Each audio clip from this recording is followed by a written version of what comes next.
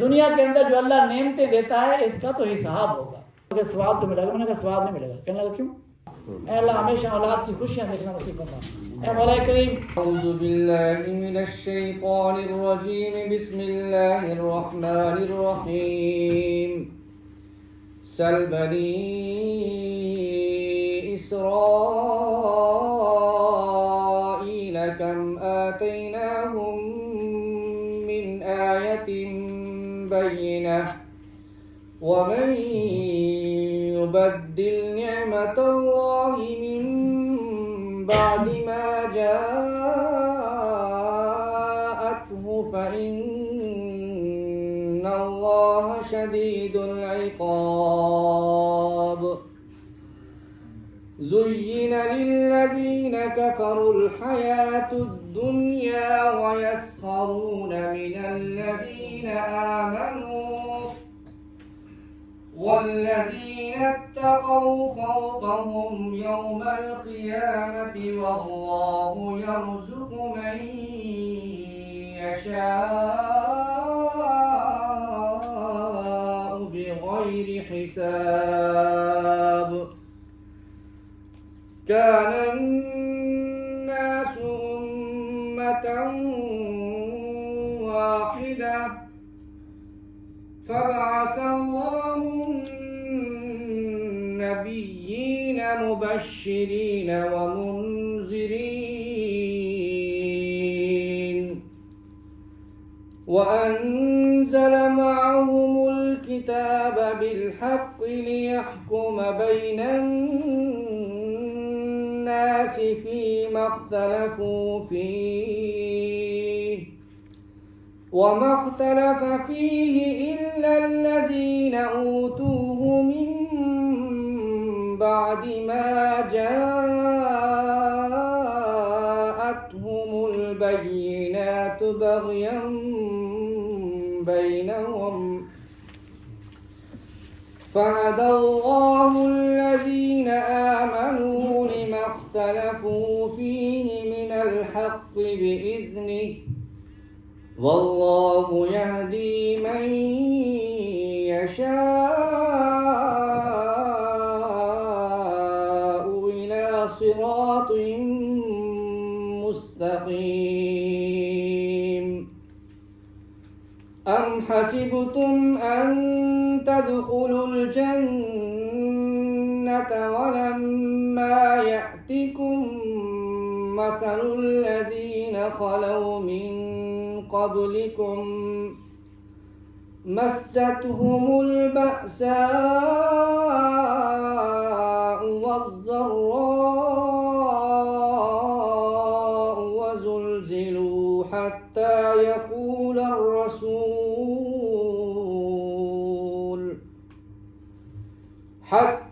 يقول الرسول والذين آمنوا معه متى نصر الله ألا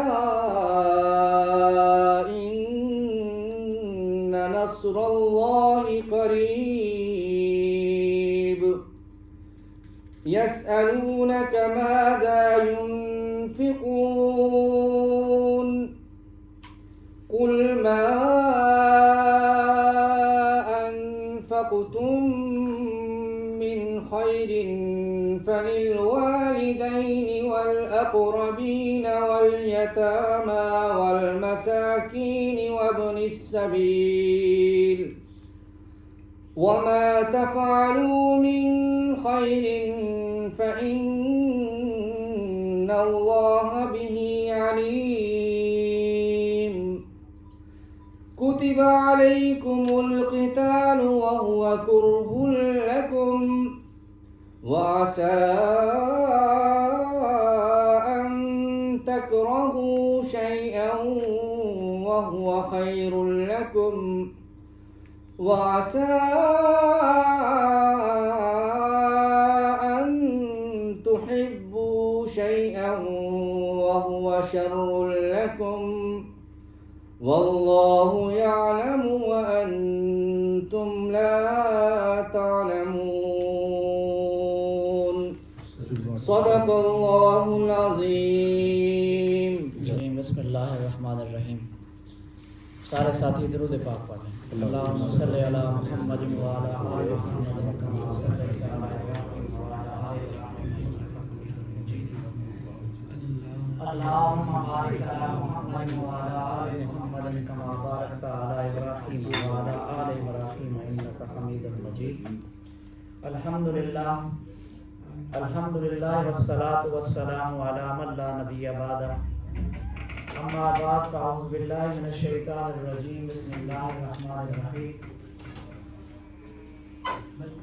سل بنی اسرائیل کم آتیناہم من آیۃ بینہ ومن یبدل نعمت اللہ من بعد ما جاءته فإنہ شدید العقاب۔ صدق اللہ العظیم۔ رب اشرح لی صدری ویسر لی امری واحلل عقدۃ من لسانی یفقہوا قولی، آمین یا رب العالمین۔ عزیزان محترم، آج ہم سورہ البقرہ کا 26واں رکوع اور 10واں رکوع جو ہے نا دوسرے پارے کا شروع کرنے لگے ہیں۔ کچھ آیات تو ہم نے پچھلے درس کے اندر بھی پڑھی تھیں، ان کا اجمالی خلاصہ میں آپ کے سامنے بیان کرنے کے بعد اگلی آیات جو ہماری رہ گئی تھیں وہ ہم انشاءاللہ العزیز پڑھیں گے۔ اللہ رب العالمین نے یہاں ایک جملہ کہا ہے، سل بنی اسرائیل، پوچھئے بنی اسرائیل سے۔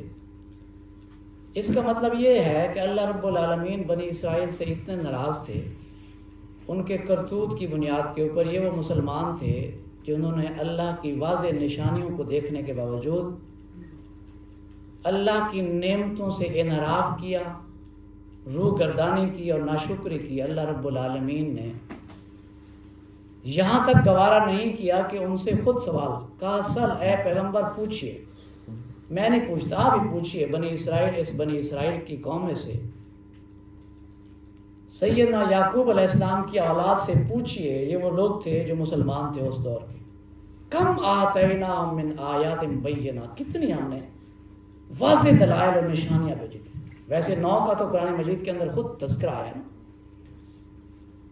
وہ جو میں اور آپ بارہا سنتے آئے ہیں کہ بادلوں کا آنا، من و سلوہ کا اترنا، سمندر کا 2 ٹکڑوں میں ہو جانا اور پتھر میں سے وہ 12 چشمے پھوٹ پڑنا، یہ ساری وہ نشانیاں تھیں جو وہ دیکھ چکے تھے۔ اس کے باوجود بھی وہ ان نشانیوں کے، اور سب سے بڑی نشانی کیا تھی؟ وہ توریت جو اللہ نے اس کو اتاری تھی، سب سے بڑی نشانی آیات بینہ میں سے۔ اور یہ بھی یاد رکھیے گا جو اللہ کی نعمتوں میں سے بڑی نعمت ہے نا، نعمت کبریٰ جسے کہنا چاہیے، وہ قرآن مجید اور اترنے والی ساری جتنی اللہ کی کتابیں ہیں وہ ساری کی ساری نعمت کبریٰ ہیں۔ سب سے بڑی نعمت اللہ تعالیٰ کی طرف سے ہے۔ ہم ویسے باقی نعمتیں سمجھتے ہیں لیکن سب سے بڑی نعمت جو ہے نا اللہ کی طرف سے، وہ کون سی ہے؟ اللہ کی طرف سے نازل کردہ قرآن مجید ہے، یہ اللہ کا بڑا انعام ہے۔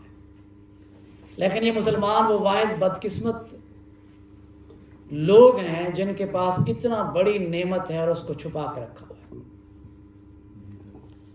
وَمَن يُبَدِّلْ نِعْمَتَ اللَّهِ، اور جو بدل ڈالے اللہ کی نعمت کو، یہ کیا بدلنا ہے؟ بدلنا یہ ہے کہ اللہ نے جو آیات اتاری ہیں اس پہ عمل نہ کرے، اس کی بجائے اس نعمت کو جو اللہ نے ہدایات دی اس کی بجائے کوئی اپنی طرف سے انسانوں کے بنائے ہوئے طریقوں پہ چل پڑے، تو یہ اللہ کی نعمتوں کو بدلنے والی بات ہے۔ اللہ کی نعمتیں تو وہ ہیں جو اللہ نے قرآن کے اندر مجھے اور آپ کو احکام کی صورت کے اندر نازل کی ہیں اور فرامین کی صورت کے اندر، یہ اللہ کی نعمتیں ہیں۔ اور اللہ فرمایا من یبدل، اور جو بھی تبدیل کرے گا، جو بدل ڈالے گا، یعنی اب مسلمانوں میں سے ہو یا پہلے لوگوں میں سے، جن لوگوں نے اللہ کی اس نعمت کو جو اللہ نے اپنی طرف سے نازل کی اس کو بدل ڈالے، من بعد ما جاءت، اس کے بعد کہ ان کے پاس آ گئیں، فإن اللہ شدید العقاب، تو پھر اللہ بھی سخت عذاب دیتا ہے۔ اب میں اور آپ خود دیکھیے، امت مسلمہ اللہ کے عذاب کا شکار ہے، کیونکہ ہم نے اللہ کی نعمتوں کو بدل ڈالا ہے۔ جو اللہ نے ہمیں احکامات نازل کیے ہیں اس پہ عمل ہی نہیں کرتے، جو اللہ نے فرامین ہمارے لیے نازل کیے ہیں ان پہ عمل ہی نہیں کرتے، اللہ کے نبی صلی اللہ علیہ وسلم جو ہمارے لیے اسوہ حسنہ چھوڑ گئے اس پہ عمل ہی نہیں کرتے۔ تو یہ ایسے جیسے اللہ کی آیات کو تبدیل کرنا ہے۔ اور یہ بھی یاد رکھیے گا اللہ کے نبی صلی اللہ علیہ وسلم جو ہے جو وہ بات کہتے تھے وہ ایسے ہے جیسے قرآن ہے. وما ينطق عن الهوى ان هو الا وحی یوحی. اللہ کے نبی تو وہی بتاتے ہیں جو اللہ نے ان کی طرف وحی کیا ہے. تو اللہ کے نبی کی زبان سے نکلنے والا ایک ایک حرف دھونس میں نہیں ہے، قرآن کی طرح ہے. اس کے اوپر عمل کرنا اسی طریقے سے جو اللہ کے نبی کی سنت ہے اس پہ وہ ایسے ہی عمل کرنا پڑے گا. اطیعوا اللہ و اطیعوا الرسول کا حکم، اللہ کی اطاعت کے بعد نبی مہربان کی اطاعت بھی لازم آتی ہے. تو جو لوگ اللہ کی ان نعمتوں کو جو قرآن کی شکل کے اندر یا پچھلی قوموں کے اوپر اللہ نے کتابوں کی صورت کے اندر نازل کی، ان کو جو بدل لیتے ہیں، ان کی بجائے کوئی اور رویہ اختیار کر لیتے ہیں، تو اللہ تعالیٰ فرماتے ہیں پھر اللہ بھی سخت عذاب دینے والا ہے. تو میں اور آپ سوچ رہے ہیں کہ کیا ہم قرآن کے ساتھ وہی معاملہ نہیں کر رہے جو پچھلی قوموں نے اپنے انبیاء کے ساتھ اور ان کتابوں کے ساتھ کیا تھا؟ تو اللہ نے ان پہ عذاب نازل کیا تھا.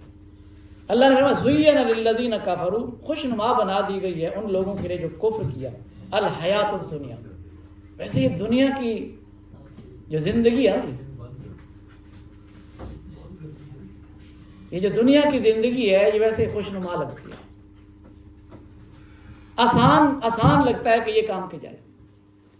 سب سے آسان کام یہ ہے کہ دنیاوی زندگی جو ہے اس کے اندر انسان مشغول ہو جاتا ہے، اچھا بھی لگتا ہے. ایک طرف اللہ کے بتایا ہوا راستہ ہے، دوسری طرف انسانوں کا بنایا ہوا راستہ ہے.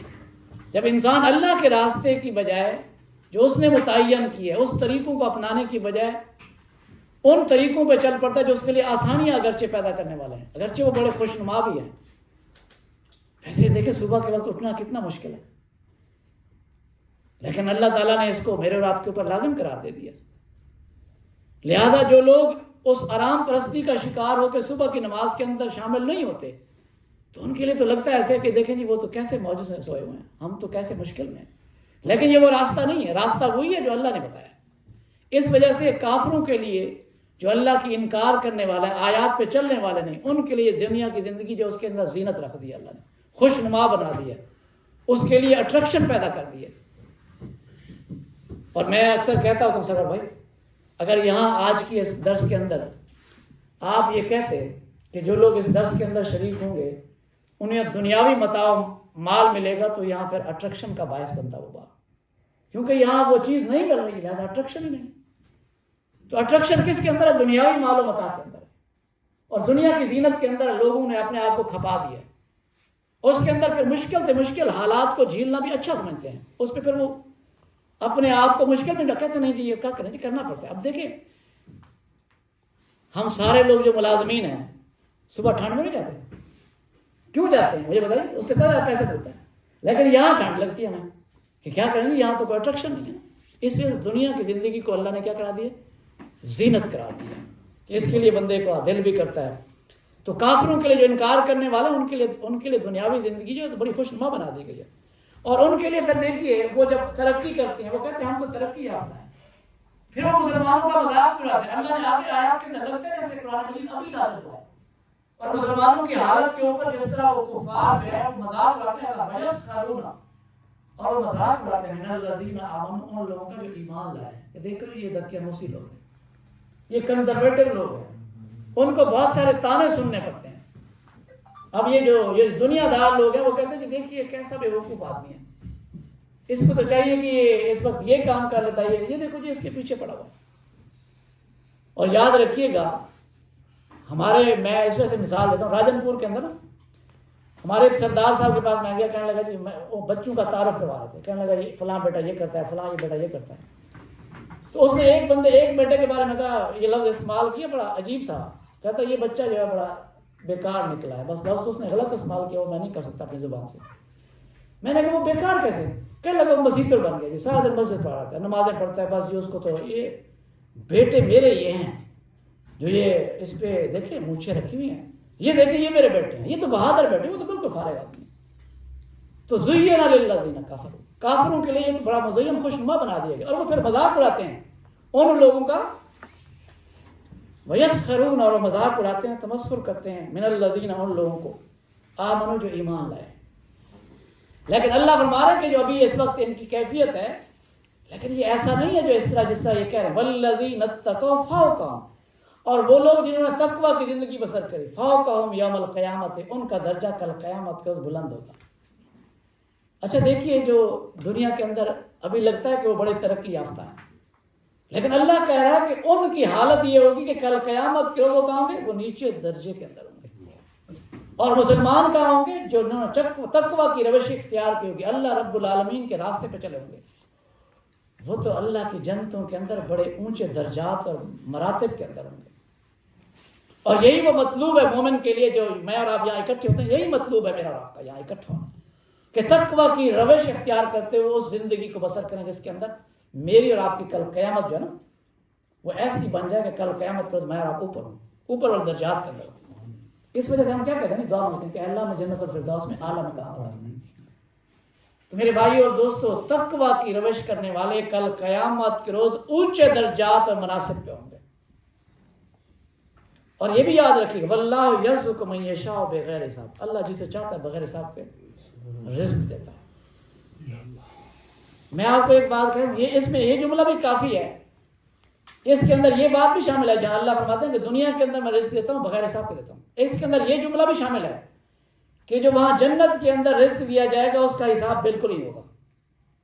یہاں پہ جو رزق دیتا ہے اللہ، اس کا تو حساب ہوگا نا، کہ آقا کریم کا فرمان ہے کہ جس کو اللہ نے 2 درہم دیا اور جس کو 1 درہم دیا، تو 2 درہم والا 40 سال بعد جنت میں جائے گا، اسے پہلے حساب دینا پڑے گا کہ وہ 1 روپے جو اس نے کمایا تھا کہاں خرچ کیا اور کہاں اس کو استعمال کیا اور کیسے کمایا تھا۔ تو اس کا مطلب یہ ہے کہ دنیا کے اندر جو اللہ نعمتیں دیتا ہے اس کا تو حساب ہوگا۔ جو مجھے اور آپ کو اللہ نے صحت دی، یہ بھی رزق ہے، یہ اولاد بھی رزق ہے۔ ہم رزق کسے کہتے ہیں؟ پیسے کو سمجھتے ہیں، حالانکہ جتنی اللہ کی نعمتیں میں اور آپ انجوائے کر رہے ہیں یہ ساری کی ساری کیا ہے؟ یہ اللہ کا رزق ہے۔ تو کل قیامت کے روز جو ہے نا، جو اللہ نعمتیں دے گا اس کے بعد اس کا کوئی حساب نہیں ہے، وہ بغیر حساب ہے، جتنی نعمتیں مجھے اور آپ کو دی جائیں گی۔ اگلی آیت کے اندر کان الناس امۃ واحدہ، پہلے لوگ ایک امت تھے، سیدنا آدم علیہ السلام سے لے کر سیدنا نوح علیہ السلام تک مسلمانوں کے اندر صرف مسلمان تھے، کوئی کافر نہیں تھا، یہ بھی یاد رکھیے گا۔ کان الناس امۃ واحدہ، ایک ہی، سارے ایک ہی اس پہ دین پہ تھے، کوئی کسی کا الگ دین نہیں تھا۔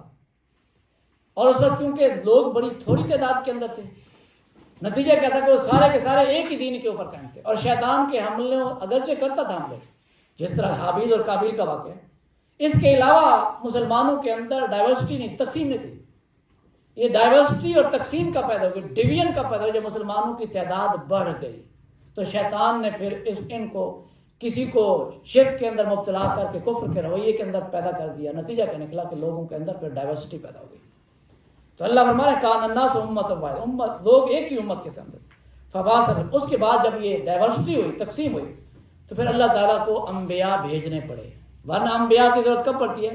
جب لوگ تقسیم ہو جائیں، جب غلط اور جھوٹ کے درمیان تمیز نہ پیدا ہو، ٹھیک اور سچ کے درمیان، سچ اور جھوٹ کے درمیان کوئی فرق نہ پیدا کرنے والا ہو، تو پھر اللہ اپنے انبیاء بھیجتا ہے کہ کون سی چیز سچ ہے اور کون سی چیز جھوٹ ہے۔ تو جب یہ ڈائیورسٹی پیدا ہوگی، تقسیم پیدا ہوگی، فبعث اللہ النبیین، تو پھر کیا بھیجے اللہ نے؟ انبیاء بھیجے۔ اچھا، انبیاء سب سے پہلے ان لوگوں کو جو اچھے کام کرتے ہیں انہیں کیا کہتے ہیں؟ مبشرین، انہیں خوشخبری سناتے ہیں۔ دین جو ہے ہمارا خوشخبری کا نام ہے۔ یہ جو ڈراتا ہے نا، میرا خیال ہے سب سے پہلے لوگوں کو فضائل بتانا چاہیے۔ اس وجہ سے تبلیغی جماعت والا فضائل اعمال زیادہ، فضیلت زیادہ بتاتے ہیں، اس وجہ سے تاکہ لوگ اس کی طرف زیادہ بڑھیں۔ دین تو ویسے اللہ تو محبت کرتا ہے، اللہ تو 70 ماؤں سے زیادہ محبت کرتا ہے، اس وجہ سے اللہ فرما رہے ہیں کہ جتنے انبیاء بھیجے، مبشرین، وہ خوشخبری سنانے والے تھے، ومنذرین، اور جو لوگ غلط کام کرتے تھے ان کو کیا کرتے تھے؟ ڈراتے تھے کہ یہ کام نہ کرو، اس کے نتیجے کے اندر کہیں تمہارے اعمال خراب ہونے کے نتیجے کے اندر تم آخرت کے گھاٹے کا سودا نہ کر بیٹھو۔ تو اللہ کے انبیاء جتنے بھیجے گئے انہوں نے لوگوں کو جو غلط کام پہ قائم تھے انہیں ڈرایا اور سیدھے راہ پہ چلانے کے لیے انہیں آمادہ اور قائل کیا۔ اور اللہ فرماتے ہیں کہ صرف انبیاء نہیں بھیجے، وَأَنزَلَ مَعَهُمُ الْكِتَابَ، ان کے ساتھ کیا بھیجی؟ اللہ نے کتاب بھی بھیجی، بالحق، کے حق کے ساتھ، لِيَحْكُمَ بَيْنَ النَّاسِ، تاکہ لوگوں کے درمیان فیصلہ کیا جا سکے۔ اچھا، اس آیت سے یہ بات واضح ہو جاتی ہے، اس بات سے مجھے اور آپ کو یہ سمجھنے کی ضرورت ہے کہ جب کبھی کوئی اختلاف ہو تو کس کے پاس فیصلہ کرنا چاہیے؟ فیصلہ اللہ کی کتاب کے ساتھ ہونا چاہیے، فَرُدُّوا إِلَى اللَّهِ وَرَسُولِهِ۔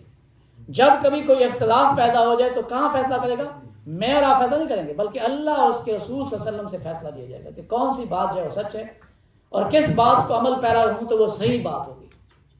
بعض اوقات ہم ایسے اعمال کرتے رہتے ہیں، سمجھتے ہیں کہ شاید وہ نیکی کے کام ہوں گے، لیکن اللہ اس کے رسول کی اس پہ مہر شامل نہیں ہے، تو یاد رکھیے گا وہ نیکی کے اعمال نیکی ہو ہی نہیں سکتے۔ اچھا یہ بھی یاد رکھیے گا، بعض اوقات ہم نیکی میں ایکسٹریمزم پہ چلے جاتے ہیں۔ ایکسٹریمزم اسلام میں نہیں ہے، اسلام اعتدال کا دین ہے۔ اشرف بھائی سمجھ رہے ہیں؟ اگر ایک بندہ چاہے میں ساری رات عبادت کرتا رہوں گا، یہ ٹھیک ہے؟ نہیں جائز۔ اللہ نے انسان کے لیے نیند اس کا حق قرار دیا جسم کا، تو نیند بھی کرنی چاہیے۔ اسی طرح کوئی بندہ کہ میں تو ہر روز روزے رکھوں گا، یہ بھی ٹھیک نہیں، یہ بھی اسلام نہیں کہتا۔ تو یہ کرنا بھی گناہ ہے، یہ تو صحت مند ہے۔ ہم نے تو بڑی یہ جو جنگلوں میں جا کے بیٹھنا اسلام نہیں کہتا۔ اسلام تو کہتا ہے کہ دنیاوی معاملات کے اندر بھی آپ رہیں، لیکن اللہ نے جیسے ہدایات دی ہیں اس کے مطابق چلیں۔ ہر وہ کام جو اللہ اس کے رسول کی تعلیمات کے مطابق ہوگا وہی نیکی ہے۔ اللہ اس کی رسول صلی اللہ علیہ وسلم کی تعلیمات سے ہٹ کے کوئی نیکی نہیں کرائے گی، جس کو میں اور آپ نیکی سمجھیں۔ تو اللہ فرما رہے ہیں کہ ان کے پاس اللہ نے کتابیں اتاری لِيَحْكُمَ بَيْنَ النَّاسِ، تاکہ لوگوں کے درمیان فیصلہ کرے، فِي مَا اخْتَلَفُوا، اس میں کہ جس میں اختلاف کیا انہوں نے فی ہے، اس میں جس چیز کے اندر اختلاف پیدا ہوگا تو فیصلہ کہاں سے ہوگا؟ اللہ اس کے رسول فیصلہ کریں گے۔ وَمَا اخْتَلَفَ فِيهِ، اچھا یہ بھی یاد رکھیے گا، اختلاف کب ہوتا ہے؟ اختلاف کی باعث انا اور ضد ہوتی ہے۔ وَمَا اخْتَلَفَ فِيهِ، اور نہیں اختلاف کیا کسی حق کے اندر، إِلَّا الَّذِينَ أُوتُوا، ان لوگوں نے جن کو دی گئی، یعنی جن کو اللہ نے قرآن و سنت کی تعلیمات دی، انہوں نے اختلاف کیا۔ من بعد ما جاءتهم، اس کے بعد کہ ان کے پاس آ گئیں البینات، کھلے احکام، واضح آیات آ گئی، اس کے باوجود انہوں نے اس کے اندر اختلاف کیا۔ وجہ کیا تھی اختلاف کی؟ بغیم بینہم، ضد اور عناد، ہٹ دھرمی کی وجہ سے۔ تو اس آیت سے یہ بھی یاد رکھ لیجئے گا کہ اسلام میں ضد اور ہٹ دھرمی کسی صورت جائز نہیں ہے۔ اسلام ضد اور ہٹ دھرمی کا دین ہی نہیں ہے۔ اسلام کے اندر یہ ہے کہ جو اللہ اس کے رسول کی تعلیمات آ جائیں پھر سرنڈر کر دینا ہے۔ پھر میرا اور آپ کا ضد جو ہے اگر دل کے اندر ہے تو پھر میں اور آپ شیطان کے راستے میں۔ شیطان نے کیا کیا تھا؟ شیطان کا کیا قصور تھا؟ یہی تھا نا، ضد کیا تھا۔ اس نے کہا میں تو اعلیٰ مخلوق، میں تو آگ سے پیدا کیا گیا نا، اور یہ مٹی سے پیدا، بس میں ضد پہ آ گیا۔ حالانکہ اسے پتا تھا کہ یہ بات سچی ہے، جو اللہ کہہ رہا ہے وہ ٹھیک کام تھا، لیکن وہ ضد پہ اڑا تو اللہ نے اسے مردود اور شیطان قرار دے دیا۔ تو میرے بھائی اور دوستو، ایک مومن کی شان یہ ہے کہ وہ ضد اور ہٹ دھرمی پہ بھی، جب اللہ اس کے رسول کی آیات آ جائیں، باتیں آ جائیں، تو پھر فوراً سرنڈر کرنا ہے۔ پھر اپنی بات نہیں کرنی کہ میرا قبیلہ، میرا فرقہ، یا پھر اللہ اس کے رسول کی بات۔ تو پھر یہ بھی یاد رکھیے، فَهَدَ اللَّهُ الَّذِينَ آمَنُوا، یہ بھی یاد رکھیے گا اللہ ہدایت بھی ان لوگوں کو دیتا ہے جن کے دلوں کے اندر ہٹ دھرمی اور انا نہیں ہوتی۔ یہ قرآن کے الفاظ بتا رہے ہیں، فَهَدَ اللَّهُ الَّذِينَ آمَنُوا، بس اللہ نے ہدایت دی ان لوگوں کو جو ایمان لائے، لِمَا اخْتَلَفُوا فِيهِ، اس چیز کے اوپر جس پہ اختلاف کیا، من الحق، کے حق میں سے بِإِذْنِهِ، نہیں اس کے حکم کیا، جو وہ کہتا ہے بس اسی کی شان یہ ہے کہ اسی کا حکم چلے گا۔ یہ اللہ کی شان یہ ہے کہ صرف حکم کس کا چلے گا؟ اللہ رب العالمین کا چلے گا۔ واللہ یہدی من یشاء، اور اللہ جسے چاہتا ہے ہدایت دیتا ہے، الی صراط مستقیم، سیدھے راستے کی طرف۔ اچھا یہ بات ذہن میں رکھیں، آپ کا کیا خیال ہے کہ اللہ رب العالمین اس آیت سے یہ نہ سمجھیے گا کہ اللہ رب العالمین جسے چاہتے ہیں ہدایت دیتے ہیں، اس کا مطلب یہ ہے کہ پھر ہماری تو مرضی شامل نہیں ہے۔ یہ کبھی نہیں ہوتا۔ اس کا مطلب یہ ہے کہ جو لوگ رجوع کرتے ہیں اللہ ہدایت صرف انہیں دیتا ہے۔ اچھا یہ بھی آج ذہن میں جملہ رکھ کے جائیں، اللہ تعالیٰ سارے انعامات بن مانگے بھی عطا کرتا ہے، اور میں اور آپ کسی کے لیے دعا کریں تب بھی اللہ عطا کرتا ہے، لیکن یہ ہدایت اللہ تعالیٰ کا وہ انعام ہے جب تک طلب نہیں ہوگی اللہ کبھی کسی آدمی کو ہدایت دیتا ہی نہیں ہے۔ سادی طلب کون پیدا کرتا؟ وہ بھی تو اللہ ہی کرتا ہے۔ اللہ کرتا ہے، لیکن یہ بات جو ہے انسان جب اس طرف چلتا ہے، طلب کیسے پیدا ہوتی ہے؟ جب اس طرف تجسس اور کشش انسان کے دل میں، اس میں کوئی شک نہیں، پھر اس راستے پہ قائم رکھنا رب العالمین کا کام ہے۔ اس سے جب دعا مانگتا ہے بندہ کہ اے اللہ مجھے اس اہدنا الصراط المستقیم جو میں اور آپ ہر وقت مانگتے ہیں، اس کا مقصد یہ ہے کہ اے اللہ جس راستے پہ تو نے چلا دیا سیدھے راستے پہ، اے اللہ اس راستے پہ میں قائم رہنا. یہ اللہ کی توفیق ہوتی ہے، اس میں کوئی شک نہیں. یہ اللہ کی توفیق ہوتی ہے کہ وہ اللہ اس توفیق کے نتیجے کے اندر ہمارے اندر کوئی طاقت نہیں کہ ہم صبح جلدی بیدار ہو کے نماز کی طرف چل پڑیں. یہ اللہ کی توفیق ہوتی ہے، اور وہ توفیق نیت اور ارادوں سے اللہ تعالیٰ دیتا ہے. جس کے دلوں کے اندر نیت اور ارادہ پیدا ہو جائے تو پھر اللہ اسے توفیق بھی دے دیتا ہے. یہ بھی تو حکم ہے نا، لیس للانسان الا ما سعى. وہی میں لیس للانسان الا ما سعى، جتنی وہ کوشش کرے گا تو اللہ اس کو دے گا. تو اللہ اس طرح فرما رہے ہیں کہ اللہ جس کو چاہتے ہیں ہدایت دیتے ہیں سیدھے راستے کی طرف. اگلی جو آیت ہے وہ بڑی ام حسبتم، کیا تم گمان کرتے ہو، کیا تم خیال کرتے ہو، ان تدخلوا الجنت، کہ جنت میں داخل ہو جاؤ گے. کیا تم گمان کرتے ہو کہ جنت میں داخل ہو جاؤ گے؟ کیا تم گمان کرتے ہو کہ تم جنت میں داخل ہو جاؤ گے؟ میں ایک جگہ گیا تو مولوی صاحب ختم کا پروگرام چل رہا تھا. اس نے کہا آقا کریم کہیں گے جانے دو، لوٹ سیل لگی ہوگی. بس وہ کہیں گے جس کا نام محمد اقبال ہے جانے دو، یعنی جس نے بھی. تو اللہ کے یہاں لوٹ سیل نہیں ہے جی. کیا اللہ فرما رہے ہیں ام حسبتم ان تدخلوا الجنت، کیا تم یہ گمان کرتے ہو کہ جنت میں ویسے داخل ہو جاؤ گے؟ ولما یاتیکم، کیا تمہارے پاس نہیں آئے گی مثل الذین، ان لوگوں کی حالت خلو من قبلکم، جو تم سے پہلے گزرے ہیں. ان کے ساتھ کیا ہوا؟ آروں سے چیر دیے گئے. آقا کریم فرماتے ہیں کہ ایسے امت کے لوگ بھی جن کو آروں سے چیر دیا گیا لیکن وہ دین پہ قائم رہے. تو میرے بھائی اور دوستو، میں اور آپ سمجھتے ہیں یہ اللہ کا فرمان ہے، میں نہیں کہہ رہا. ام حسبتم، کیا تمہارا یہ گمان ہے ان تدخلوا الجنت، بس جنت میں چلے جاؤ گے. ولما یاتیکم، اور نہیں آئے گی تم پر مثل الذین، نہیں آئی تمہارے پاس ان کی حالت ان لوگوں کے خلو من قبلکم، جو تم سے پہلے لوگ گزرے ہیں. کتنے انبیاء تھے جن کو لوگوں نے قتل کر دیا، انبیاء کو قتل کیا گیا. میرے بھائی اور دوستو، اللہ فرما رہے مستہم الباساء، پہنچی انہیں سختی. یہ جو باسا ہے نا جی، یاد رکھیے گا باس کا مطلب جسمانی تکلیف ہوتا ہے، اور ذرا کا مطلب ہوتا ہے ذہنی تکلیف. انسان کو ذہنی اور جسمانی تکلیفیں اس راستے کے اندر ضرور پہنچیں گی. لوگ آپ کا مذاق اڑائیں گے، مذاق جب اڑاتے ہیں تو ذہنی تکلیف ہوتی ہے، بازی کیا کر لیا جی آپ نے. تو یہی بات اللہ ارشاد فرما رہے ہیں کہ جن لوگوں نے جو تم سے پہلے گزرے ہیں ان کو تو جسمانی تکلیفیں بھی تھی. سیدنا ابو درداء رضی اللہ تعالیٰ عنہ کے بارے میں آتا ہے کہ جناب سیدنا ابو درداء رضی اللہ تعالیٰ عنہ کو کوئلوں پہ لٹایا گیا، اور ان کے کوئلوں پہ لٹانے کے نتیجے کے اندر کوئلے بجھ جاتے تھے ان کی چربی پگھلنے کے.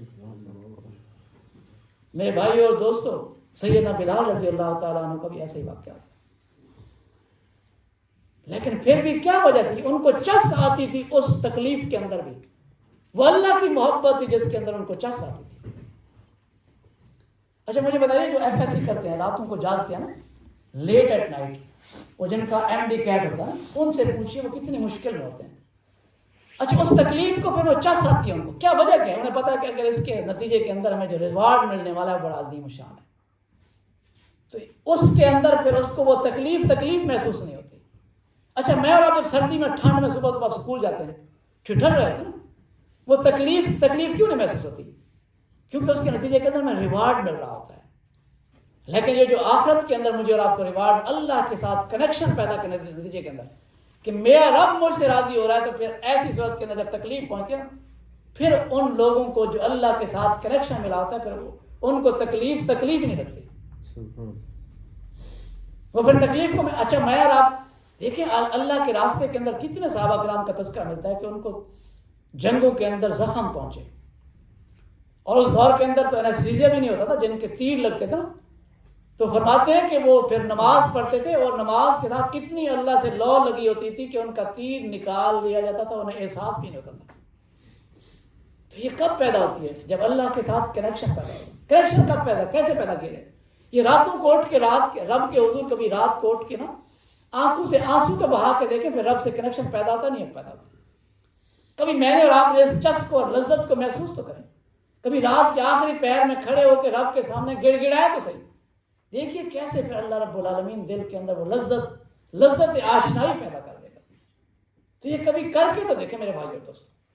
تو ان لوگوں کو جو آپ سے ہم سے پہلے اللہ فرما رہے اترے آئے تھے ان کے حالات آپ تک نہیں پہنچے کہ ان کو مستم الباسا، ان کو تو سختیاں جسمانی پہنچی، والضراء اور ذہنی تکلیفیں پہنچی.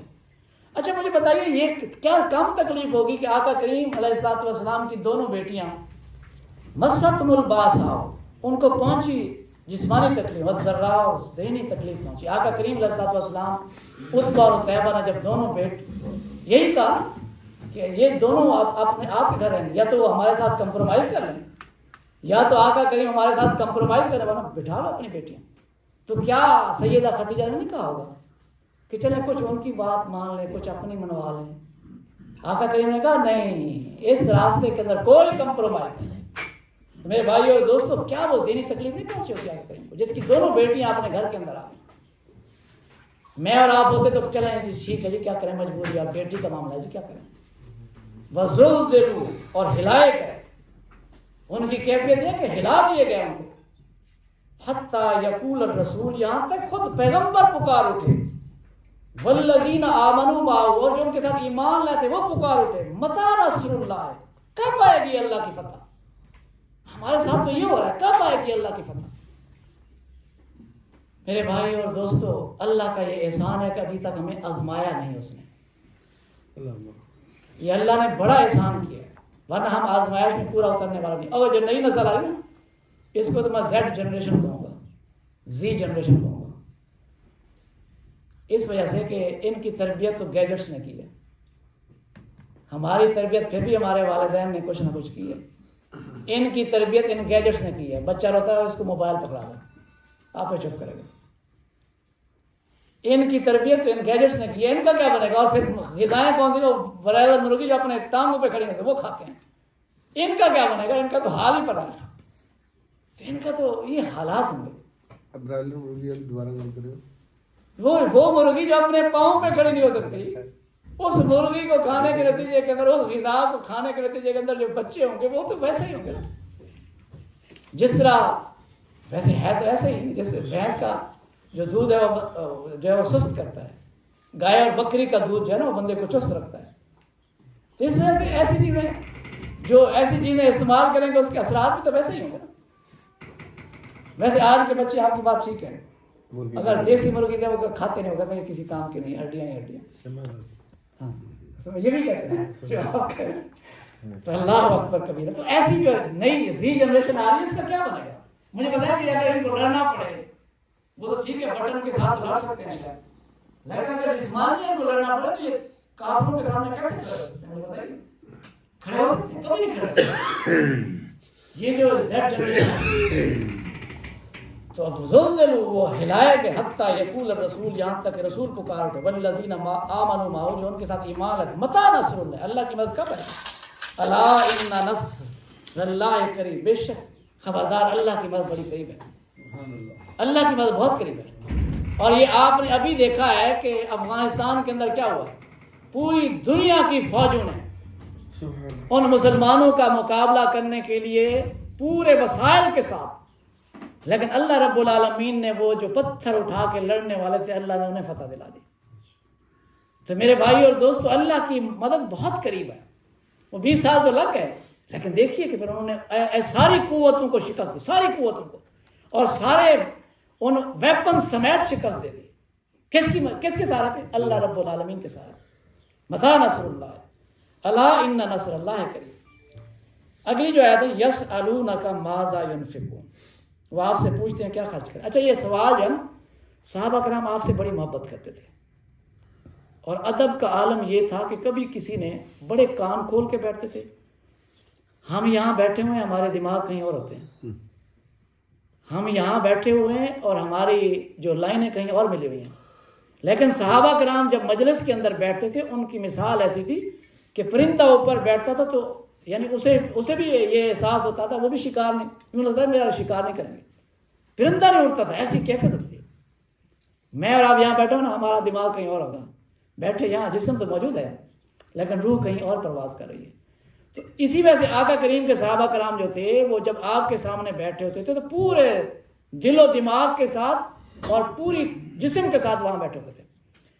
آپ صلی اللہ علیہ وسلم سے صرف 13، یہاں قرآن مجید کے اندر فرمایا گیا صرف 13 مسائل ہیں جہاں پہ سوال کیا گیا، پھر اللہ نے اس کا جواب دیا. پورے قرآن مجید کے اندر 13 مسائل ایسے ہیں جس کا سوال صحابہ کرام نے آقا کریم سے کیا اور اس کا جواب اللہ نے دیا ہے. پورے قرآن مجید کے اندر یسألونک، اے پیغمبر یہ آپ سے پوچھتے ہیں، ماذا ینفقون، کیا خرچ کریں، خرچ کے بارے میں پوچھتے ہیں. ایک آگے بھی آ رہا ہے، اس سے اگلی آیت کے اندر بھی آئے گا. کل کہہ دیجئے ما انفقتم، جو تم خرچ کرو گے، من خیر، مال میں سے یا خیر میں سے، فللوالدین، پس ماں باپ کے لیے، والاقربین، رشتہ داروں کے لیے، والیتامى، اور یتیموں کے لیے، والمساکین، اور محتاجوں کے لیے، وابن السبیل، اور مسافروں کے لیے. وما تفعلوا من خیر، اور جو کچھ تم بھلائی کرو گے، نیکی کرو گے، فإن اللہ بہ علیم، بے شک اللہ اسے جاننے والے. اچھا یہ دیکھیے یہاں پہ آپ حیران ہوں گے، اللہ نے خرچ کا کہا یسألونک ماذا ینفقون، کیا خرچ کریں؟ تو اللہ کہہ رہے ہیں جو خرچ کرو تو والدین، بیوی بچوں کا تذکرہ ہی نہیں ہے، بیوی بچوں کا تذکرہ ہی نہیں ہے. تو اس کا مطلب بیوی بچوں پہ خرچ کرنے کا حکم ہی نہیں ہے. یہ وہ خرچ ہے جو نفل صدقہ ہے، اور جو اللہ نے بیوی بچوں پہ خرچ کرنے کا حکم دیا وہ فرض ہے، ضروری ہے. نان و نفقہ، میاں بیوی، جو بیوی اب شادی کر کے لاتے ہیں، بیوی اور اس کی اولاد، اس کے آپ سے پیدا ہونے والے بچے، اس کا خرچہ جو ہے، دیکھیے عدالتیں ڈگری کرتے ہیں تو بچوں کا خرچ بھی کس پہ ہوتا ہے؟ جب وہ خلا لیتی ہے خاتون تو وہ باپ پہ ہوتا ہے. تو اس کا مطلب یہ ہے کہ بیوی بچوں کا خرچ کیا ہے؟ یہ فرض ہے، یہ نفل صدقہ نہیں ہے، یہ فرض ہے. آج میں ظہر کی نماز میں کچھ ایک بات، آدمی لیٹ پڑھ رہا تھا تو کہنے لگا جی چلیں جی اب لیٹ تو ہو گیا، ثواب تو ملے گا. میں نے کہا ثواب نہیں ملے گا. کہنے لگا کیوں؟ میں نے کہا یہ تو فرض ہے، نماز جو پڑھو یہ تو فرض ہے. ثواب ملتا ہے 27 نمازوں کا جب آپ جماعت کے ساتھ کھڑے ہوتے ہیں، ثواب نہیں ملے گا، فرض ادا ہوگا. تو بڑا حیران ہو کے میں نے یہ کیسے بات کی؟ میں نے کہا جی نماز جو ادا کرے تو فرض تھی نا، اس کا کس بات کا ثواب ملے گا؟ وہ تو فرض ہے. ہاں اگر جماعت کے ساتھ ادا کرتے تو پھر ثواب ملتا ہے، اس وجہ سے کہ آپ کو 27 گنا ثواب ملتا. اب آپ نے اکیلے پڑھنا، فرض ادا ہو جائے گا بس. تو اس وجہ سے بیوی بچوں میں خرچ کرنا کیا جی؟ فرض ہے. اس پہ خرچ کرنا جو ہے وہ نہیں ہے جو جس کا سوال کیا جائے، وہ تو لازمی ہے، وہ تو دینا ہے، وہ تو معروف تھا، وہ تو ہر ایک کو پتہ تھا کہ یہ خرچ کرنا ہے. لیکن جو اللہ نے فرمایا کہ نفل جو خرچ کرنا ہے، جو نفل صدقہ ہے، وہ یہ ہے سب سے پہلا حق والدین کا ہے. ویسے والدین ذمہ داری بھی ہیں، لیکن والدین کا سب سے پہلا حق یہ ہے. اچھا والدین کے اندر دادا بھی شامل ہیں، پتہ نہیں آپ سمجھ کہ صرف والدین کے اچھا پریورٹی جو ہے وہ والدین کی ہے سب سے پہلے، ٹاپ پریورٹی. پھر اس کے بعد اگر دوسرا پھر سٹیپ جو ہے والدین کے اندر دادا دادی اور نانا نانی بھی اس میں شامل ہیں، وہ بھی ان میں شامل ہوتے ہیں. تو اللہ نے یہ حکم دیا ہے کہ جو آپ خرچ کرنا چاہتے ہیں نفل خرچ جو ہے وہ کس پہ ہے؟ والدین کا حق ہے. اچھا جب کبھی ہمیں مال کی کمی ہوتی ہے نا تو سب سے پہلے ہم کیا کرتے ہیں؟ کہتے ہیں ابا جی پیسے نہیں بچے اس دفعہ، وہ جی کیا کریں جی. حالانکہ جہاں سے رزق بڑھنا تھا اس سب سے پہلے اس کو روکتے ہیں. جس سے رزق کے دروازے کھلتے ہیں نا سب سے پہلے اس کو بند کرتے ہیں. یہ نہیں کرنا کہ بیوی سے کہیں کہ 2 کلو دودھ آتا نہیں اب 1 کلو آئے گا، پیسے حالات خراب ہیں، یہ نہیں کرتے. اچھا جی یہ فلاں چیز، اچھا جی گوشت اب ہم لیتے تھے، اس وقت گوشت نہیں لیں گے، گھر میں گوشت نہیں آئے گا، دال پکے گی کیونکہ پیسے نہیں ہیں. کیا کرتے ہیں؟ سب سے پہلے جن راستوں سے رزق آتا ہے اس کو بند کرتے ہیں. اچھا جی مولوی مسجد کو دیتے ہیں، اس کو بند کرتے ہیں، اس کو پیسے نہیں جی. جتنے چیریٹی کے کام ہے سب سے پہلے ان کو بند کرتے ہیں، حالانکہ جہاں سے رزق آ رہا ہوتا ہے اس کو بند کر دیتے ہیں. تو یہ نہیں کرتے کہ اپنے خرچوں کو کم کریں، اپنے خرچوں کو کم نہیں کرنا. خرچے کہاں کام کرتے ہیں؟ جن دروازوں سے رزق آ رہا ہوتا ہے ان دروازوں کو بند کرتے ہیں. یہ یاد رکھیے گا، والدین پہ خرچ کرنا جو ہے یہ یاد رکھیے گا رزق کے دروازوں کو کھولنے والی بات ہے. اور والدین کی فرمانبرداری کے نتیجے کے اندر اللہ رزق کے دروازے کھول دیتا ہے. اور والدین جن کے فوت ہو چکے ہیں ان کے لیے دعائیں کرنے کے نتیجے کے اندر بھی اللہ رزق کے دروازے کھول دیتا ہے. سن رہے ہیں؟ اس بچے سے پوچھیں، سن رہے ہیں آپ رزق کے دروازے کیسے کھلتے ہیں جی؟ والدین کی سارے بچے بتاؤ یار. والدین کی عزت و احترام سے کیا پیدا ہوتی؟ رزق کے دروازے کھلتے ہیں. عبداللہ کیا کیسے؟ والدین کی عزت و احترام، والدین پہ خرچ کرنا، والدین سے محبت کرنا، والدین جو فوت ہو چکے ہیں ان کے لیے دعائیں مانگنا، ان کی عزت و ادب و احترام کرنا، اس کے نتیجے کے اندر اللہ با ادب با نصیب اور بے ادب بے نصیب ہوتا ہے۔ ادب کرنے کے نتیجے کے اندر اللہ رزق کے دروازے کھولتا ہے۔ سمجھ رہے ہیں نا؟ تو یہ یاد رکھیں۔ اگلی دفعہ سارے بچے نو لے آؤ یار، دوبارہ رپیٹ کرواؤں گے تو سارے۔ جو کچھ خرچ کرتے ہو تو اس کے نتیجے کے اندر اللہ رب العالمین جو ہے نا، درس دہرا دیا کریں ہر کوئی اپنے گھر جا کے سبق یہ سنایا کرے بچوں کو۔ جی جی، یہ یوٹیوب ہے نا سر، جو خرچ کرتے ہیں اس والدین کے لیے، والاقربین، اور پھر دوسرا جو حق ہے نا وہ رشتہ داروں کا۔ جی اچھا جی، قرابت داروں میں سب سے پہلا جو قرابت داروں کا سب سے نیئرسٹ جو ہیں وہ آپ کے بہن بھائی ہیں، سب سے نیئرسٹ۔ خرچ کرنا ہے آپ نے۔ اچھا یہ بھی نہیں کہا گیا کہ وہ غریب ہیں یا امیر ہیں، یہ یاد رکھیے گا، والدین امیر ہیں یا غریب ہیں ان کو دو یار، یہ غلط ہے کہ ابا جی کے پاس تو پینشن آ رہی ہے، ابا جی تو خود پیسے دینے والے ہیں، ہم ان سے کیا، ہم نے کیا دیں، ابا جی کی تو پینشن اتنی زیادہ ہے، وہ تو ہم سے بھی زیادہ کما رہے ہیں، وہ بھائی اس کو دو بھائی، یہ اللہ کا حکم ہے، خرچ کرو گے اس کے نتیجے کے اندر اللہ دے گا۔ اقربین، اور دوسرا حق جو ہے وہ رشتہ داروں کا ہے۔ رشتہ داروں کو ویسے نا ہم عام طور پہ نا غریب تو نہیں ہیں، ہم اپنے بہن بھائیوں کو تحفے دیا کریں، کبھی دے کے تو دیکھیں یار، کم از کم اتنا تو کریں، چلیں جی آپ ان کے گھر چلے جائیں، انہیں گلے لگا کے ان کے ماتھا چوم لیں کہ آج دل کر رہا تھا ملنے کو، یہ تو کرنا مشکل ہے، اس میں پیسے تو نہیں لگتے نا۔ ویسے تو جتنی اللہ نے مجھے اور آپ کو صلاحیت دے دی اپنے والدین اور بہن بھائیوں کے لیے نا، یہ اللہ نے حکم دیا، یہ میں نے کہہ رہا، یہ اللہ کا حکم ہے۔ ہم عام طور پہ نا ویسے شریک کا جو ہے نا وہ زیادہ ہوتا ہے، بہن بھائیوں سے مسابقت کے نتیجے کے اندر، مقابلے کے نتیجے کے اندر ایک دوسرے کے ساتھ جو ہے نا اچھا نہیں ہوتا۔ حالانکہ یہ لازمی ہے کہ والدین، جہاں والدین کا حق ہے وہاں اپنے بہن بھائیوں کے ساتھ بھی آپ کا اور میرا اسی طرح رہے، پھر بہن بھائیوں کے علاوہ ان کی اولاد کے ساتھ بھی ہونا چاہیے، ان کی اولاد، اور پھر اسی طرح والد کے طرف سے جو چچا ہیں ہمارے، ان کے بچوں کے ساتھ بھی، ان کے ساتھ بھی محبت کا، یہ اقربین کے اندر سارے شامل ہیں۔ پہلا حق آپ کے بہن بھائیوں کا ہے، دوسرا حق جو ہے وہ آپ کے بہن بھائیوں کے بچوں کا ہے، بھانجوں اور بھتیجوں کا ہے، پھر آپ کے والد صاحب کے جو بھائی ہیں ان کا حق ہے، بھتیجوں ان کے بیٹوں کا حق بعد میں ہے، یہ یاد رکھیے گا۔ ایک طرف اگر یہاں پہ اقربین میں یاد رکھیے گا، آپ کے بھائی جو ہے نا سب سے پہلا حق ان کا ہے، بھتیجوں اور بھانجوں کا بعد میں ہے، پہلا حق بھائی بہن بھائیوں کا، اس کے بعد بھتیجوں اور بھانجوں کا حق ہے۔ اور اسی طریقے سے اگر آپ اپنے والد کے رشتہ داروں میں جاتے ہیں تو والد کے بھائیوں کا حق پہلے ہے، بھائیوں اور بہنوں کا حق پہلے ہے، اور ان سے جو باقی اولاد ہے ان کا حق بعد میں آتا ہے، اقربین کے اندر وہ بعد میں آتا ہے، یہ یاد رکھیے گا۔ والیتامہ، اور یتیموں کے ساتھ۔ اچھا یتیموں کے ساتھ بھی یہ یاد رکھیں، اللہ نے یہاں نہیں کہا کہ غریب یتیم، بس جو یتیم ہے نا اس کے ساتھ محبت کرنے کا اللہ نے حکم دیا ہے، اس کو تحفہ دینا، اس کی شفقت، اس کے ساتھ پیش آنا۔ اچھا کم از کم اس کے ہاتھ پہ سر پھیرنا جو یہ بھی بڑا ثواب ہے، اس کے بال جتنے نیچے آئیں گے اتنا ہی ثواب ملے گا۔ تو والدین کے ساتھ ساتھ اللہ نے رشتہ داروں کے ساتھ یتیموں اور مساکین کے اوپر خرچ کرنے کا حکم دیا۔ وابن السبیل اور مسافر۔ اچھا مسافر بھی تین قسم کے ہوتے ہیں، ایک تو مسافر یہ ہے کہ جس کے بارے میں آپ پتہ چل گیا یہ غریب ہے، اس پہ بھی خرچ کرنے کا حکم ہے، اور ایک اس کے بارے میں مسافر ہے لیکن غریب نہیں ہے، آپ جانتے ہیں کسی کے ہاں آیا ہوا تھا، مسافر تھا، آپ کے کسی عزیز دوست کے گھر آیا ہوا ہے مہمان، تو اس کے اوپر بھی اگر آپ سمجھتے ہیں پتہ بے شک پیسے والا، لیکن اگر اس کو ضرورت پڑ رہی ہے تو اس کو بھی دینے کا حکم دیا گیا یہاں پہ۔ اور پھر یہ جس کے بارے میں آپ نہیں جانتے، پتہ نہیں وہ غریب ہے یا امیر ہے، نہیں جانتے، اس کو بھی دینے کا حکم اللہ نے یہاں دیا۔ وما تفعلوا من خیر، اور جو تم نیکی کرو گے، بھلائی کرو گے، فإن اللہ بہ علیم، بے شک اللہ اس کو خوب جاننے والے ہیں۔ ویسے یہ نہیں ہے کہ صرف یہی کام ہے خرچ کرنے کے، اس کے علاوہ بھی جتنی نیکیاں میں اور آپ کر سکتے ہیں، ویسے یہ سب سے کم ترین یہ ہے کہ میں اور آپ اپنے بھائی کے لیے مسکرانا جو ہے یہ بھی صدقہ ہے، کم از کم یہ تو کر سکتے ہیں، یہ کیا مشکل ہے؟ یا جو اس کے میٹھے بول دینا، اس میں کیا مشکل ہے؟ چلیں اس پہ تو خرچ کرنا تو موقع ہے جی، وہ کہتا ہے چمڑی جائے دمڑی نہ جائے، چلیں پیسے نہیں خرچ کر سکتے، لیکن یہ کیا مشکل ہے؟ ان کے ساتھ محبت کے ساتھ پیش آنا، ان کے ساتھ اچھے انداز میں پیش آنا۔ تو یہ میرے بھائی اور دوستو، وما تفعلوا من خیر، اور جو بھی تم نیکی کا کام کرتے ہو، کوئی اور نیکی کا، جتنے بھی نیکی کے چیریٹی کے کام ہیں، فإن اللہ بہ علیم، کون جانتا ہے؟ اللہ رب العالمین تو جاننے والے ہیں۔ تو نیکی کے کام کرنے کی ضرورت ہے، اور آج اس کے اندر بڑی کمی آ رہی ہے۔ اور سب سے بڑی نیکی کیا ہے؟ سب سے بڑی نیکی کسی کے ساتھ کیا ہے؟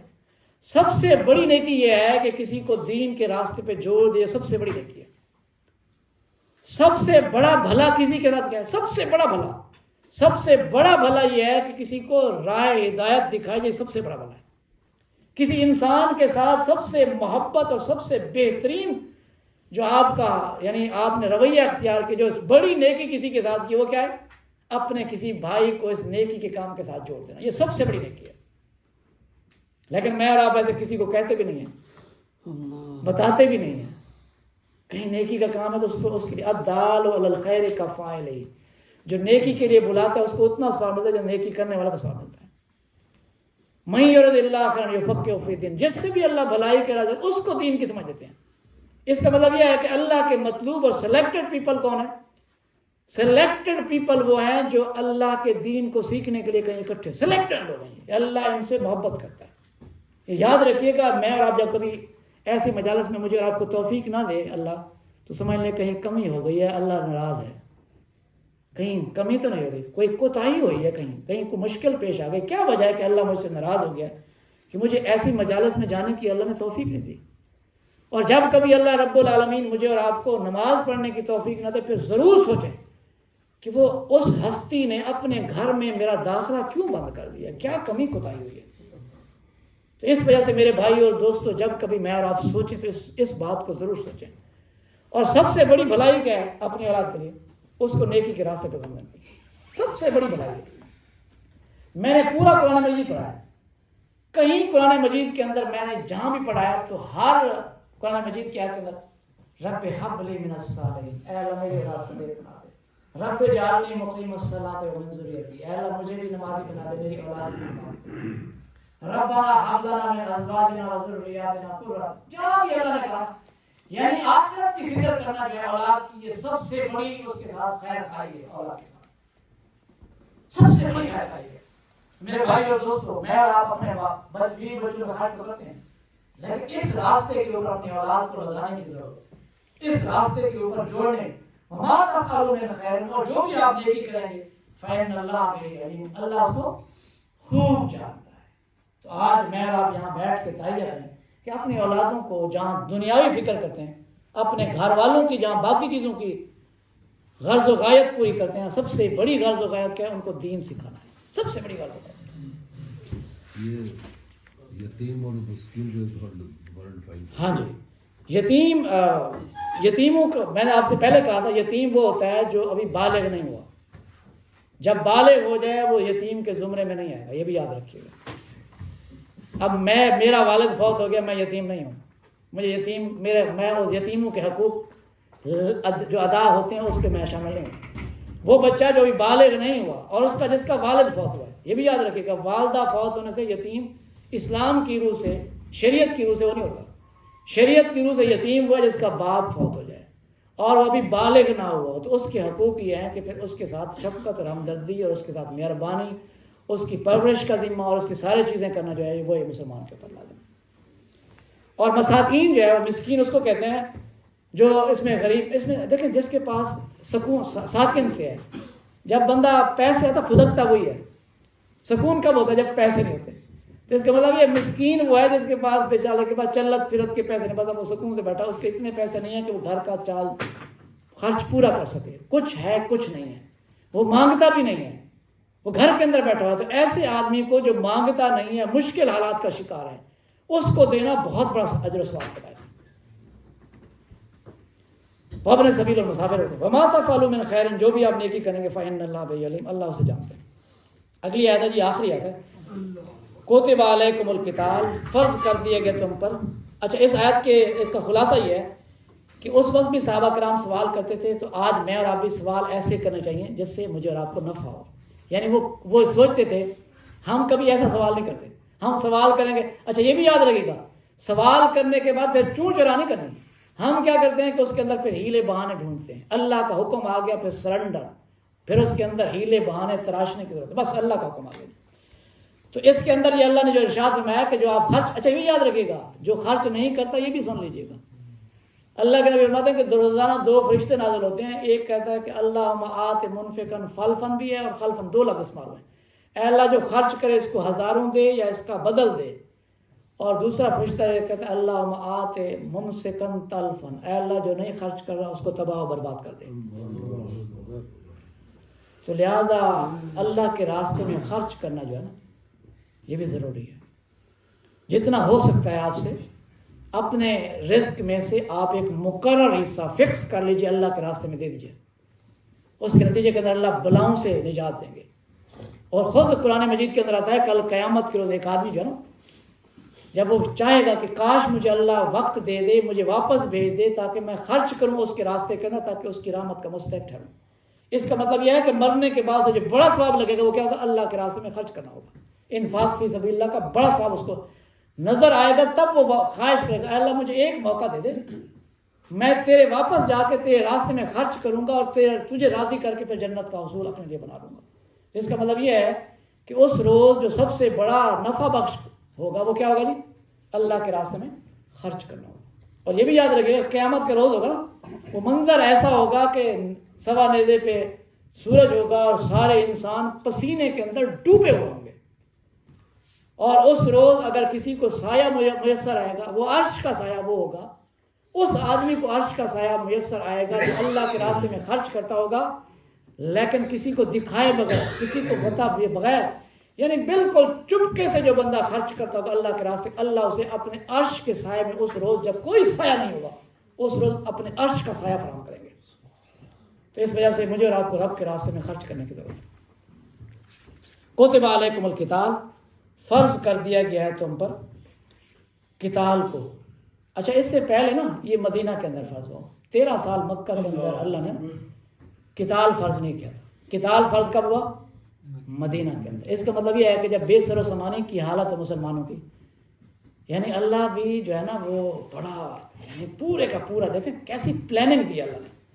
اس کا مطلب یہ ہے کہ مسلمان جو ہے نا جب تک اس قابل نہ ہو، ویسے پنگا نہیں لینا چاہیے، جو پنگا لینا چاہیے وہ ٹھیک نہیں ہے، ویسے پنگا نہیں لینا چاہیے، کسی سے پنگا لینا چاہیے. قرآن اور اسلام جو ہمیں اس بات کا تقاضا کرتا ہے ویسے پنگا نہ لیں. ہاں کب فرض ہے یہ جہاد؟ کب فرض ہے جہاد؟ اس وقت فرض ہے کہ جب آپ کا پورے کا پورا سٹرکچر دین کا خطرے کے اندر ہو تو پھر جہاد فرض ہے. لیکن اس وقت بھی قوت آپ کے پاس، ہاں البتہ کوئی آپ سے لڑائی کرتا ہے پھر آپ نے نہیں چھوڑنا، پھر بزدلی نہیں دکھانی. پھر اس روز جو بزدلی دکھائے گا وہ سب سے اللہ کا سب سے ناپسندیدہ شخص ہوا ہے. کتب علیکم القتال، تم پر قتال فرض کر دیا گیا. وَهُوَ كُرْهٌ لَكُمْ، اگرچہ وہ تمہارے لیے ناگوار ہے. ویسے ہمیں دوائی جو ہے نا یہ دوائی پیتے ہیں اچھی طرح لگتی نا، لیکن دوائی کے اندر کیا ہمارے لیے فائدہ ہے، شفا ہے. تو اس وجہ سے اللہ فرما رہا ہے کہ جس قتال سے تم ناپسند کرتے ہو یہ تمہارے لیے فائدہ مند ہے، تمہیں اندازہ ہی نہیں ہے. اس لڑائی کے نتیجے کے اندر بزدلی نہیں دکھاؤ گے، ہمت دکھاؤ گے تو اللہ تعالیٰ. اب دیکھیں یہ جو اللہ نے، اگر یہ جہاد نہ ہوتا نا، یاد رکھیے گا اسلام کو ہمیشہ عزت ملی ہے جہاد کے ذریعے ملی ہے. اللہ کے راستے کے اندر قتال کے اللہ نے عزت دی ہے مسلمانوں کو تو جہاد کے ذریعے دیا. مسلمان بزدل نہیں ہوتا، مسلمان کبھی بزدل نہیں ہوتا. جو بزدل ہے وہ مسلمان کمزور مسلمان ہے. اصل مسلمان وہ ہے جو بزدل نہیں ہے، اللہ کے راستے کے اندر نکل کھڑا ہوتا ہے. تو اللہ فرما رہے ہیں کہ کتب علیکم القتال، تم پر قتال فرض کر دیا گیا، جہاد کو فرض کر دیا گیا. اچھا یہ کسی برائی کو مٹانے کے لیے نا، اس طرح کے جو برائی کا راستہ جہاں پہ پتہ چلے گا آپ یہ مسائل کھڑے ہوں گے تو اللہ نے فرض کرا دیا. اب جیسے فلسطین ہے نا، وہ بیچارے پکار کے کہہ رہے ہیں کوئی ہے جو ہماری مدد کرے. اب مسلمانوں کے اوپر جو اسٹیٹس ہماری ہیں، اچھا یہ بھی یاد رکھے گا، آج یہ بات آج کلیئر میں بتا دوں آپ کو. اب اس وقت جو صورتحال بنی ہوئی ہے تو اللہ تو فرما رہا ہے کہ جہاد تمہارے پر فرض ہے. تو اس کا مطلب یہ ہے کہ سارے مسلمانوں کے اوپر فرض ہے. اصل مسئلہ یہ ہے کہ جہاد اس وقت فرض ہوتا ہے جب ریاست موجود نہ ہو نا. اگر مسلمانوں کی ریاست موجود ہے، اسٹیٹ موجود ہے، مسلمانوں کی فوج موجود ہے تو جہاد ہمارے اوپر فرض نہیں ہے. پہلے ان اسٹیٹ کے ان مسلمانوں کے اوپر جس کے پاس فوج ہے اس کے اوپر فرض ہے کہ اس کو آگے بڑھ کے اس قدم بڑھائے. ہاں اسلامی اسٹیٹ ہے، اگر وہ سمجھتے ہیں کہ اب مجھے ہمیں عوام کی بھی ضرورت ہے، وہ جن کو کہیں گے تو پھر اس صورت میں ہر ایک کا حصہ ملانا جو وہ بھی لازمی ہے. ادروائز یہ جو ہر بندہ کھڑا ہو کے نا جہاد کے لیے کھڑا ہو جائے، یہ اللہ نے حکم نہیں دیا. اللہ نے جہاد کا حکم اس وقت دیا ہے کہ جب آپ کے پاس ریاست ہو، ریاست کو چاہیے کہ وہ اس کے اندر جا کے، ہاں ریاست نہیں ہے اسلامی تو پھر مسلمان اکٹھے ہو کے اپنے دین کو بچانے کے لیے پھر متحد ہو کے اللہ کے راستے کے اندر کھڑے ہو کے کہیں ایک جگہ پھر اپنے دین کو بچانے کے لیے کھڑے ہو جائیں.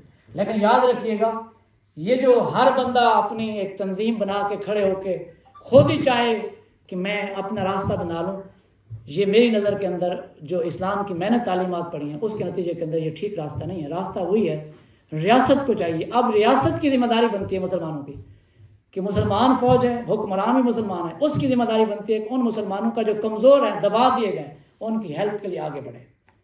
اب یہ اگر نہیں بڑھتی تو پھر ہمیں ان کو اپنی حکومت کو زور دینا چاہیے کہ بھائیو کھڑے ہو جاؤ، کیا کر رہے ہو، ہمارے مسلمان پس رہے ہیں۔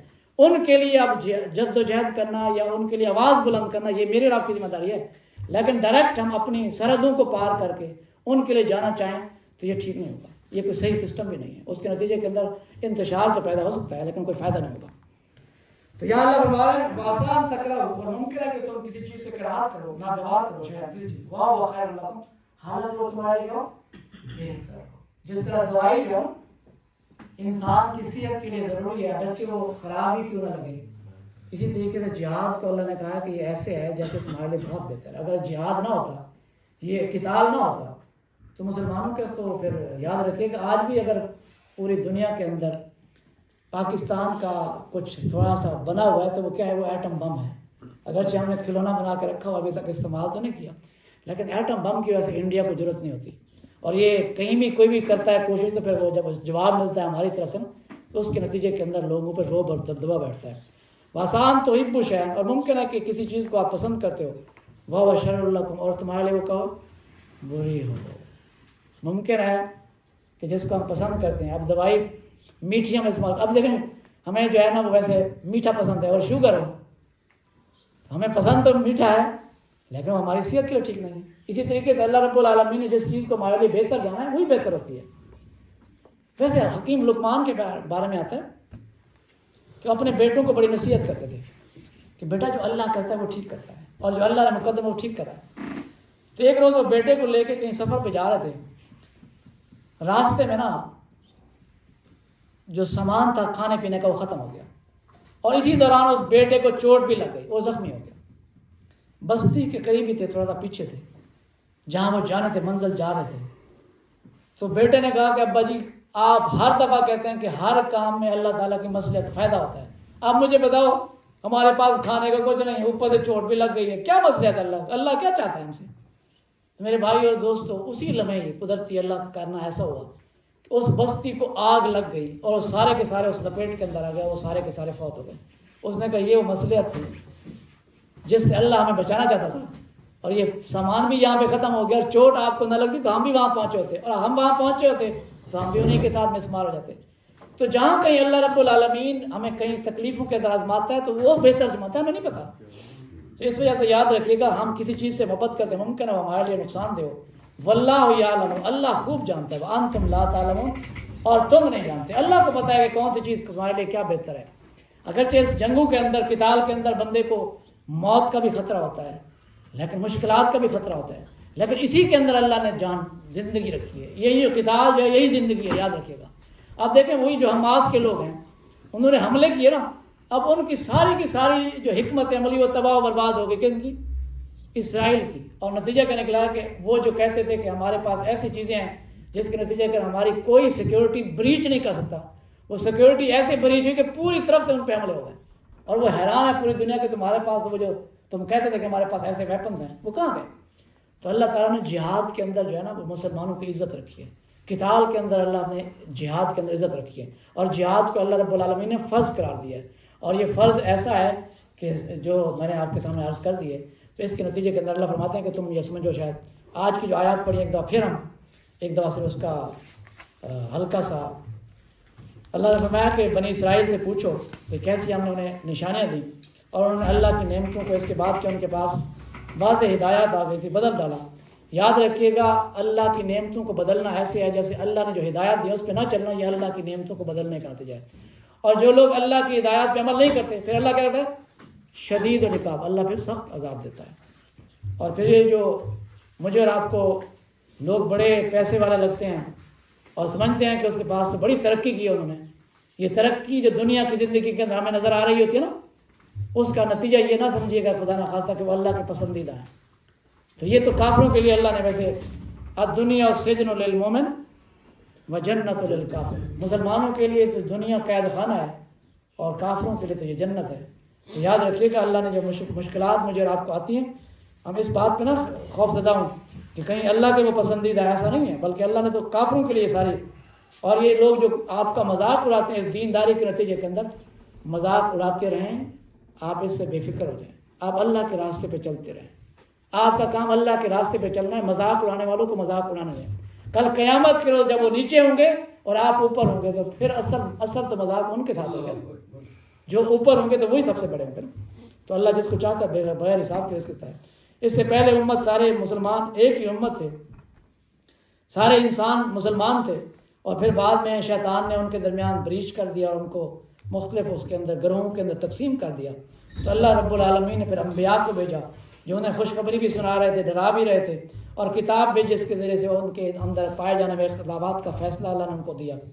لیکن کچھ لوگ ایسے تھے کہ جن کو کتاب پانے کے باوجود بھی ضد اور ہٹ دھرمی پہ اتر ہے اور اللہ کی آیات کو نہ مانا، اور نتیجہ کیا نکلا کہ اللہ نے ان کو ہدایت سے دور کر دیا۔ اور اللہ ان لوگوں کو ہدایت دیتا ہے جو اس راستے پہ چلتے ہیں، اور اللہ جس کو چاہتا ہے صراط مستقیم کی طرف ہدایت دیتا ہے۔ اور اللہ فرما رہا ہے کیا تم سوچتے ہو کہ تمہیں ایسی جنت مل جائے گی اور تمہارے پاس وہ معاملات نہیں ہوں گے جس طرح پہلے لوگوں کے ساتھ ہوئے، ان کو تکلیفیں پہنچیں، ان کو جسمانی تکلیفیں پہنچیں، ان کو روحانی تکلیفیں پہنچیں، یہاں تک کہ وہ ہلائے گئے، اور جو رسول اور اس کے ساتھ جو ایمان لانا تھا وہ خود پکار اٹھے کہ کب اللہ کی فتح آئے گی۔ اللہ نے فرمایا کہ انشاءاللہ اللہ کی فتح بہت قریب ہے، اللہ کی مدد بہت قریب ہے۔ پھر لوگ آپ سے پوچھتے ہیں کہ کیا خرچ کریں، تو ان سے کہو جو خرچ کرنا چاہتے ہو تو سب سے پہلا حق والدین کا ہے، پھر رشتہ داروں کا ہے، پھر یتیموں، مسکین اور مسافروں کا ہے، اور جو کچھ تم نیکی کرنا چاہتے ہو اللہ اس کو خوب جانتے ہیں۔ اور کتاب جو ہے اللہ نے فرض کر دیا ہے، اور ممکن ہے کہ وہ تمہیں ناگوار گزرے، اور کوئی چیز ایسی ہے جو تمہیں ناگوار گزرتی ہو لیکن اللہ کو پتہ ہے کہ وہ تمہارے لیے بہتر ہے، اور ممکن ہے کوئی چیز کو تم پسند کرتے ہو وہ تمہارے لیے نقصان دہ ہو، اللہ خوب جانتا ہے اور تم نہیں جانتے۔ یقین مانی ہم نہیں جانتے، اللہ رب العالمین کو خوب پتہ ہے کون سا معاملہ جو ہے ہمارے لیے بہتر ہے اور کون سا ہمارے لیے بہتر نہیں ہے۔ اللہم صلی علی محمد وعلی آل محمد کما صلیت علی ابراہیم وعلی آل ابراہیم انک حمید مجید۔ اللہم بارک علی محمد وعلی آل محمد کما بارکت علی ابراہیم وعلی آل ابراہیم انک حمید مجید۔ ربنا آتنا فی الدنیا حسنۃ وفی الآخرۃ حسنۃ وقنا عذاب النار۔ اے مولا کریم، اس بابرکت مجلس کے اندر ہم سب کی حاضری کا تم بارگاہ کے اندر قبول و منظور فرما۔ اے اللہ جو کچھ پڑھا ہے اس پہ عمل کرنے کی توفیق نصیب فرما۔ اے اللہ اپنے راستے میں جس طرح تم نے ہدایات دی ہیں اس راستے کے اندر ہمیں خرچ کرنے کی بھی توفیق نصیب فرما۔ اے اللہ اس خرچ کرنے کے نتیجے کے اندر ہمارے رزق کے اندر برکت نصیب فرما۔ اے اللہ وسیع اور کشادہ رزق عطا فرما۔ اے مولا کریم تو رحمان ہے، بندوں سے بڑی محبت کرتا ہے۔ اے اللہ ہمیں فیملی سمیت جنت میں جانے کے لیے پلاننگ کرنے کی توفیق نصیب فرما۔ اے مولا تو رحمان ہے، بندوں سے بڑی محبت کرتا ہے، تیرے سامنے ہاتھ ملائے تجھ سے مانگ رہے ہیں۔ اے اللہ تیرے سوا کوئی داتا نہیں ہے، تو اکیلا ہی ہے، تب اتنا ہے۔ اے اللہ ہم سب کے معاملات کو بھی تو جانتا ہے، دلوں کی خواہشات کو بھی جانتا ہے۔ اے اللہ ہمارے دلوں کے اندر جو جائز خواہشات ہیں، اے اللہ سب کی جائز خواہشات کو پورا فرما۔ اے مولا کریم ہمیں روحانی اور جسمانی بیماریوں سے شفا عطا فرما۔ اے مولا کریم جو لوگ بے روزگار ہیں انہیں حلال اور طیب روزی عطا فرما۔ اے اللہ جن کو روزی دی ہے ان کی روزی کے اندر برکت نصیب فرما۔ اے اللہ وسیع اور کشادہ رزق عطا فرما۔ اے مولا کریم جو لوگ بے اولاد ہیں ان کو نیک اور صالح اولاد عطا فرما۔ اے اللہ ہماری اولادوں کو ہماری آنکھوں کی ٹھنڈک بنا۔ اے اللہ ہمیشہ اولاد کی خوشیاں دیکھنا نصیب فرما۔ اے مولا کریم یہاں ہم اکٹھے ہوتے ہیں خالصتاً تیری رضا کے لیے اکٹھے ہوتے ہیں۔ اے اللہ ہمارا یہ مل بیٹھنا تو شے آخرت بنا دے۔ اے اللہ جس طرح دنیا میں اکٹھے جنت میں اکٹھا فرما دے۔ اے مولا تو رحمان ہے، تو بندوں سے بڑی محبت کرتا ہے۔ اے اللہ ہمارے بھائی جو اہتمام کرتے ہیں، اے اللہ ان کے رزق مال جان کے اندر برکت نصیب فرما۔ اے اللہ ان کو اس کمپنی کو دن دگنی رات چوگنی ترقی عطا فرما۔ اے اللہ ان کے مکینوں کو پر رحمت اور برکت نازل فرما۔ ربنا تقبل منا انك انت السميع العليم وتب علينا انك انت التواب الرحيم وصلى الله تعالى على خير خلقه محمد وآله وصحبه اجمعين آمين۔